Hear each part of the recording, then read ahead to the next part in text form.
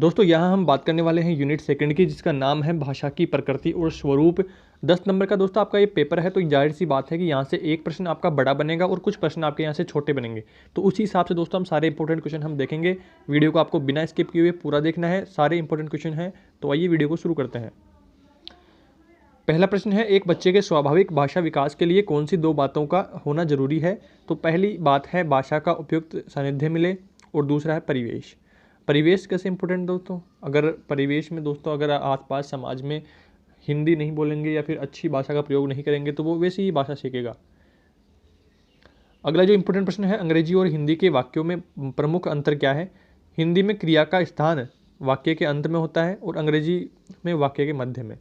Main जो अंतर होता है क्या, कि जो वर्ब होती है, इंग्लिश में क्या बोलते हैं हम, वर्ब बोलते हैं, और हिंदी में क्रिया।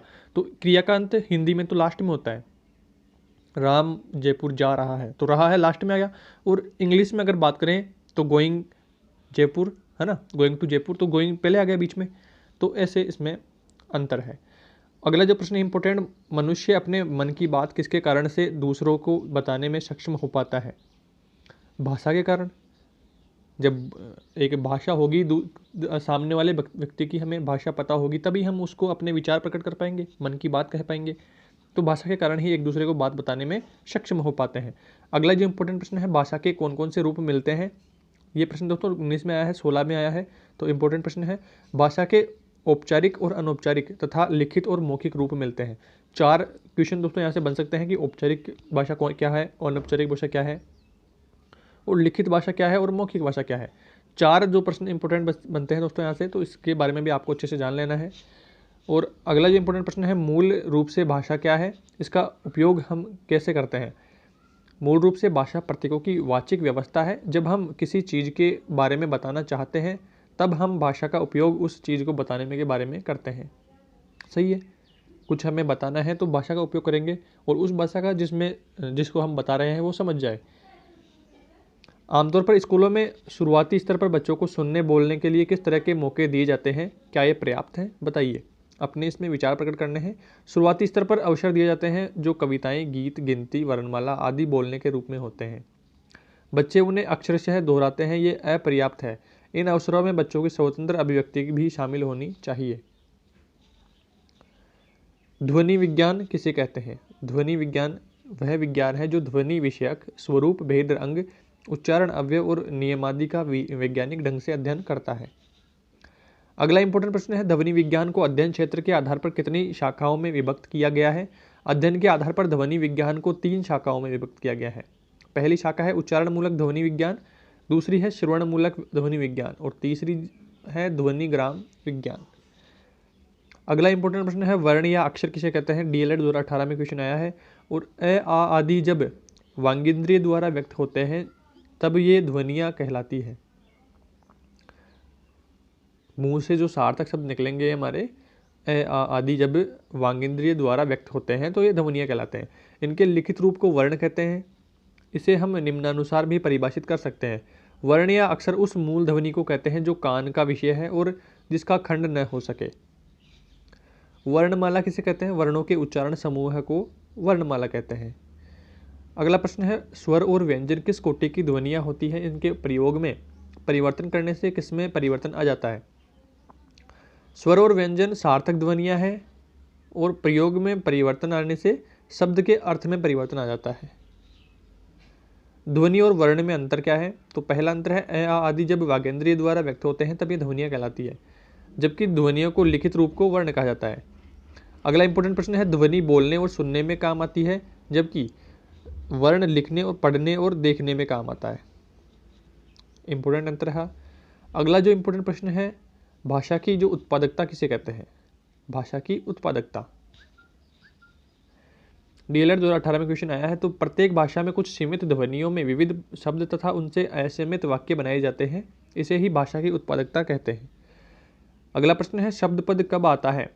अर्थ संप्रेषण की आधारभूत इकाई शब्द है। अन्य पदों के संयोजन से जब शब्द पूर्ण एवं स्वतंत्र कथन से संप्रेषण का साधन बन जाता है तो शब्द पद बन जाता है।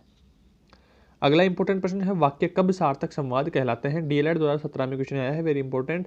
जब वाक्यों में आकांक्षा, सानिध्य तथा योग्यता का भाव होता है तब वे सार्थक संवाद कहलाते हैं। अगला प्रश्न है, जब एक शिक्षक को बच्चों की बातचीत के प्रति कक्षा में क्या व्यवहार अपनाना चाहिए? इसका अपने मन से आपको विचार प्रकट करने हैं। तो बच्चे कभी भी निरुद्देश्य बातचीत नहीं कर रहे होते हैं। बातचीत में उनके उपयोगों के प्रति सचेत होने के लिए ज़रूरी है कि हम बच्चों की बात सुनने की आदत डालें, जो कि अक्सर हम बड़े नहीं करते हैं। किसी भी आम बातचीत में मस्त बच्चे अनायास ही अवलोकन, तुलना के साथ साथ कई बार कल्पना व भविष्यवाणी भी करते हैं। साथ ही अपने पक्ष को मजबूत करते हुए तर्क भी देते नजर आते हैं। हमें बातचीत में बच्चों के लिए सीखने की संभावनाओं को अपनाना होगा, पहचानना होगा। अगला प्रश्न है, भाषा की औपचारिक और अनौपचारिक स्थिति की विवेचना। हमें अपने प्रतिदिन के जीवन में ऐसी स्थितियों का सामना करना पड़ता है जहां पर भिन्न भिन्न प्रकार की भाषा का प्रयोग करना पड़ता है। किसी अवसर पर भाषा में व्याकरणिक एवं संरचना संबंधी सावधानी बरती जाती है, जबकि कहीं पर व्याकरणिक नियमों में शिथिलता बरती जाती है। भाषा का उपयोग साहित्य रचना में भी अलग अलग परिस्थितियों को उत्पन्न करने के लिए अथवा संदर्भ स्थिति की आवश्यकता अनुसार अलग अलग तरीके से किया जा रहा है। यही भाषा का औपचारिक अथवा अनौपचारिक रूप है। जहां भाषा में व्याकरण के नियमों का पालन किया गया है, वाक्य संरचना व्याकरण के नियमों में तुलना की गई हो, बात को स्पष्ट रूप से के लिए सटीक रूप से रखने के लिए सटीक रूप से वाक्यों का चयन हो, वहां भाषा औपचारिक स्वरूप के लिए हुए होती है। जहां मौखिक वार्तालाप हो, वहां व्याकरणिक नियमों में शिथिलता हो, वहां भाषा अनौपचारिक स्वरूप लिए हुए होती है। आगे है, भाषा की औपचारिक स्थिति क्या है? तो औपचारिक रूप में भाषा का दोनों तरह से उपयोग किया जाता है, मौखिक रूप से भी और लिखित रूप से भी। साहित्य लेखन में भाषा का औपचारिक रूप होता है, वहाँ लेखन में क्रमबद्धता होती है, श्रृंखलाबद्धता होती है।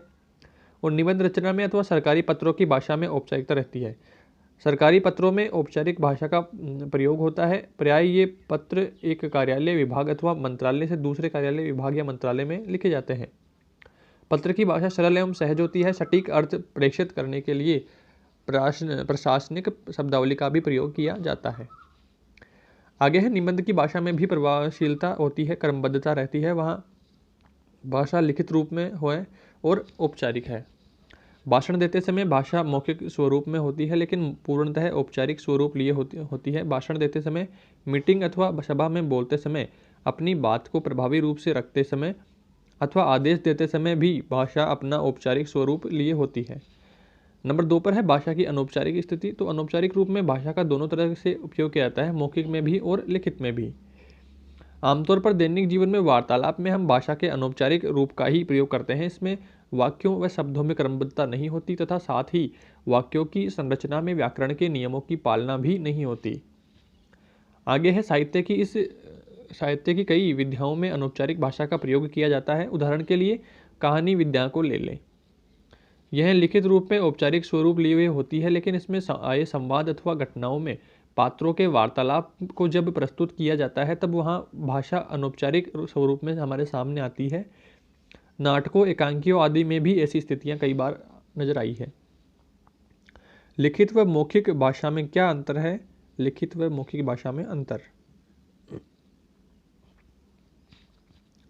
पहला अंतर है, भाषा विचारों के आदान प्रदान, वाद विवाद, संवाद व भाषण की भाषा है, जबकि लिखित भाषा में हम कानों से सुने गए विचारों को लिपिबद्ध कर सकते हैं। अगला जो अंतर है, मौखिक भाषा अस्थायी होती है। किसने क्या कहा और क्या, इसका कोई ठोस परिणाम नहीं है। परंतु लिखित भाषा स्थायी होती है तथा कानून के द्वारा लिखित लेखों को मान्यता प्राप्त होती है। नंबर 3 पर है, लिखित भाषा के माध्यम से एक युग की साहित्यिक, आर्थिक व सामाजिक तथा धार्मिक आदि परंपराओं को भावी पीढ़ी के लिए सुरक्षित रखा जा सकता है, जबकि मौखिक भाषा में ऐसा नहीं किया जा सकता।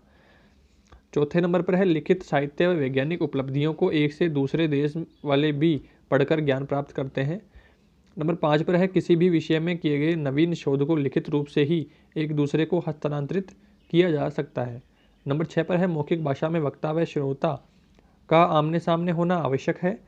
लिखित भाषा में लेखक अपने ज्ञान को लिखकर प्रकाशित करता है, जिससे दूर दराज के व्यक्ति लाभान्वित होते हैं। अगला अंतर है, लिखित लेखों अभिलेखों पुस्तकों का एक भाषा में विश्व की दूसरी भाषाओं से भी अनुवाद किया जाता है, जिससे अन्य भाषाभाषी भी लाभान्वित होते हैं। लिखित भाषा के उद्देश्यों का वर्णन करना है। तो पहला उद्देश्य है वर्णों की ठीक ठीक और सुंदर बनावट लिखना सीखना। नंबर 2 पर है सुंदर व सुडोल लेख का अभ्यास करवाना। नंबर 3 पर है शुद्ध वर्तनी का लाभ ज्ञान करवाना। और नंबर 4 पर है छात्रों की वाक्य रचना के नियमों में अवगत करवाना। और नंबर 5 पर है विराम चिन्हों का उचित प्रयोग करने की शिक्षा देना। नंबर 6 पर है विद्यार्थियों में शब्द के विभिन्न रूपों जैसे भाषा में मुहावरों, लोकोक्तियों तथा सूक्तियों का प्रसंगाकुल प्रयोग करने की शिक्षा देना। नंबर 7 पर है छात्रों को इस योग्य बनाना कि प्रसंगानुकूल और विषयानुकूल भाषा का प्रयोग कर सके। 8वें नंबर पर है विद्यार्थियों में तार्किक रूप से विचारों को अभिव्यक्त करने की योग्यता प्रदान करना। 9वें नंबर पर है विद्यार्थियों की यह योग्यता उत्पन्न करना कि वह अपने विचारों तथा भावों को लिखित रूप में व्यक्त कर सके। 10वें नंबर पर है विद्यार्थियों में यह योग्यता उत्पन्न करना कि वह अपने विचारों को सुगठित और सुनिश्चित रूप से प्रकट कर सके। 11वें नंबर पर है छात्रों में यह योग्यता उत्पन्न करना कि वह अपने विचारों को अनुच्छेदों में विभाजित करके लिखित रूप में व्यक्त कर सके। और 12वें नंबर पर है विद्यार्थियों की सृजनात्मक शक्तियों को विकसित करके उन्हें मौलिक रचना कार्य की ओर अग्रसर करना। 13वें नंबर पर है साहित्य के प्रति छात्रों में रुचि जागृत करना। और 14वें नंबर पर है स्पष्ट और साफ साफ लिखने की आदत डालना। 15वें नंबर पर है छात्रों को इस योग्य बनाना कि वे भाषा और साहित्य के प्रति अपना जो स्वस्थ दृष्टिकोण अपनाएं। अब अगला इंपॉर्टेंट प्रश्न देखते हैं हम, मौखिक अभिव्यक्ति में भाषा का क्या महत्व है और मौखिक भाषा में विकास में किन किन प्रवृत्तियों का योगदान आवश्यक है, स्पष्ट कीजिए। डीएलएड 2019 में क्वेश्चन आया है, वेरी इंपॉर्टेंट। तो मौखिक भाषा की हम यहाँ बात करते हैं तो मौखिक कार्य से ही भाषा शिक्षण प्रारंभ होता है। बालकों को विद्यालयों की प्रारंभिक कक्षाओं से ही मौखिक अभिव्यक्ति द्वारा भाषा विकास किया जाना चाहिए। मौखिक अभिव्यक्ति या मौखिक कार्य का महत्व। मौखिक अभिव्यक्ति बालक के व्यक्तित्व विकास की दृष्टि से अत्यावश्यक है। मौखिक अभिव्यक्ति द्वारा बालक को विचाराभिव्यक्ति के सुअवसर प्राप्त होते हैं और आत्म प्रकाशन का पूरा अवसर मिलता है। डॉसन ने मौखिक कार्य का महत्व बताते हुए लिखा है कि मौखिक कार्य भाषा की नींव तैयार कर देता है, क्योंकि मौखिक भाषा तथा लिखित भाषा के तुल्य अंग समान ही होते हैं। मनुष्य जीवन में लिखित कार्यों की अपेक्षा मौखिक कार्यों को अधिक महत्व देता है। इसके प्रमाण में निम्नलिखित बिंदु उल्लेखनीय है। तो आइए देखते हैं क्या कौन से बिंदु है। पहला बिंदु है अधिगम की सरलता। तो भाषा का उद्भव मौखिक रूप से ही हुआ है। मौखिक रूप से सीखना अधिगम भी सरल होता है। नंबर 2 पर है अनुकरण व अभ्यास। बालक स्वतः ही अनुकरण से भाषा के मौखिक रूप बोलते का सीखता है। वह घर के भाई बहन व अन्य परिवारजनों तथा आसपास पड़ोस के लोगों को बोलना सुनकर स्वयं उसी प्रकार बोलना सीख जाता है। सर्वाधिक शिक्षा देने से भाषा के मौखिक कार्यों का अभ्यास कराना प्रथम कार्य है। नंबर 3 पर है कुशलता में सहायक।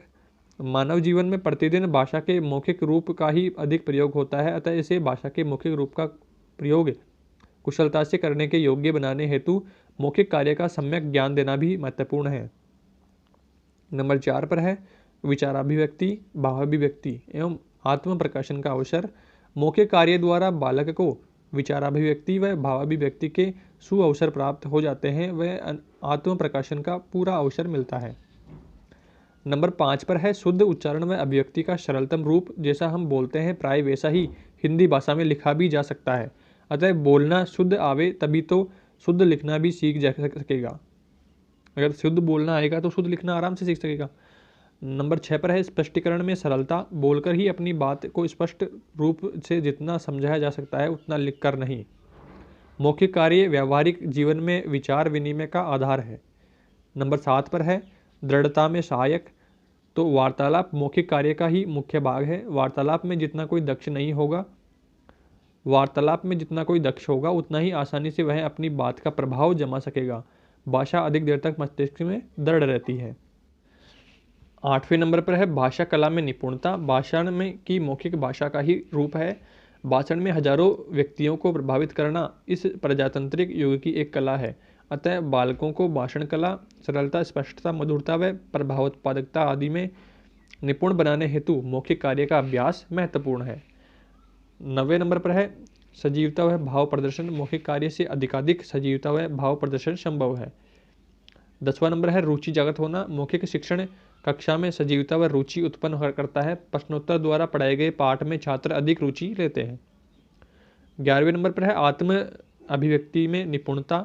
वार्तालाप के माध्यम से छात्र आत्म अभिव्यक्ति एवं सामाजिक संबंधों में दृढ़ता व निपुणता प्राप्त करते हैं।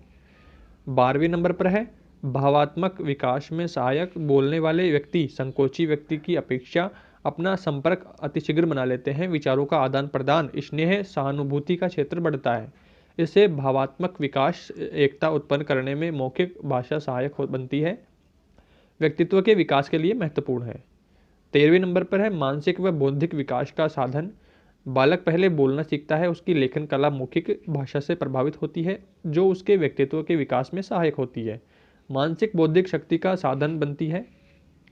14वें नंबर पर है एकाग्रचित व सक्रियता। बालकों को सक्रिय सचेत बनाए रखने के लिए पाठ के प्रति एकाग्रचित आकर्षण के लिए मौखिक कार्य उपयोगी सिद्ध होता है।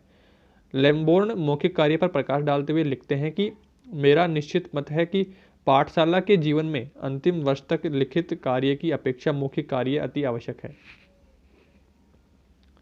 आगे इसका दूसरा टॉपिक है मौखिक भाषा के विकास में प्रवृत्तियों का योगदान। तो बालकों को विद्यालय में प्रारंभिक कक्षाओं से ही मौखिक अभिव्यक्ति या मौखिक कार्य की शिक्षा दी जानी चाहिए।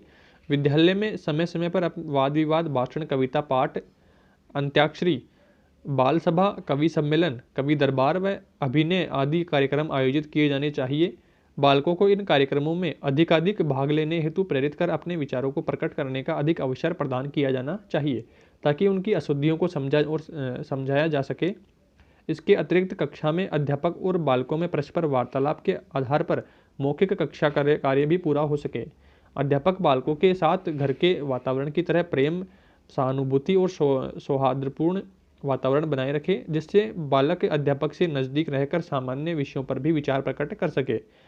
शिक्षक विषय वस्तु में बताए गए विषय क्षेत्रों को ध्यान में रखते हुए स्थानीय परिवेश तथा परिस्थिति के अनुसार किन्हीं रोचक घटनाओं, समाचारों, उत्सव, पर्वों या प्रसंगों को आधार बनाकर बालकों के साथ वार्तालाप का आयोजन करना चाहिए। और इसका लास्ट टॉपिक जो दोस्तों लिखित भाषा व मौखिक भाषा में क्या है, तो प्रारंभिक स्तर पर बालक परिवार व सदस्यों के साथ अनुकरण के आधार पर मौखिक भाषा ही सीखता है तथा विद्यालय में प्रवेश से पूर्व मौखिक भाषा में ही अपने विचारों का आदान प्रदान करता है। विद्यालय में जाने के बाद बालक धीरे धीरे किसी भी मातृभाषा या द्वितीय भाषा की लिपि व ध्वनि का ज्ञान करता है। इसके उपरांत शनै शनै लिखित भाषा पर अधिकार करता है। लिखित भाषा पर अधिकार होने के बाद व्यक्ति अपने विचारों को तथा पुस्तकों की सहायता से प्राप्त ज्ञान को भावी आवश्यकता के लिए लिखकर सुरक्षित कर लेता है। लिखित व मौखिक भाषा में आपस में अंतर संबंध है, क्योंकि मौखिक भाषा को लिखित भाषा को मौखिक रूप से भी व्यक्त कर सकते हैं। कहानी, कविता, गीत आदि में को पढ़कर मौखिक रूप से बता सकते हैं। तो दोस्तों ये थे सारे मोस्ट इंपोर्टेंट क्वेश्चन इस यूनिट से बनने वाले हैं। 10 नंबर आपको दोस्तों यहीं से बनने वाले हैं, तो आप पूरे जो क्वेश्चन हैं उनको इंपॉर्टेंट है सारे आप याद कर लें। और चैनल पर नए हैं तो सब्सक्राइब कर दें, बेल आइकन प्रेस कर दें। हमारे चैनल पर दोस्तों BST से रिलेटेड हर प्रकार की अपडेट्स आपको मिलती रहेंगी, तो चैनल को सब्सक्राइब जरूर कर दें। मिलते हैं एक नई वीडियो में।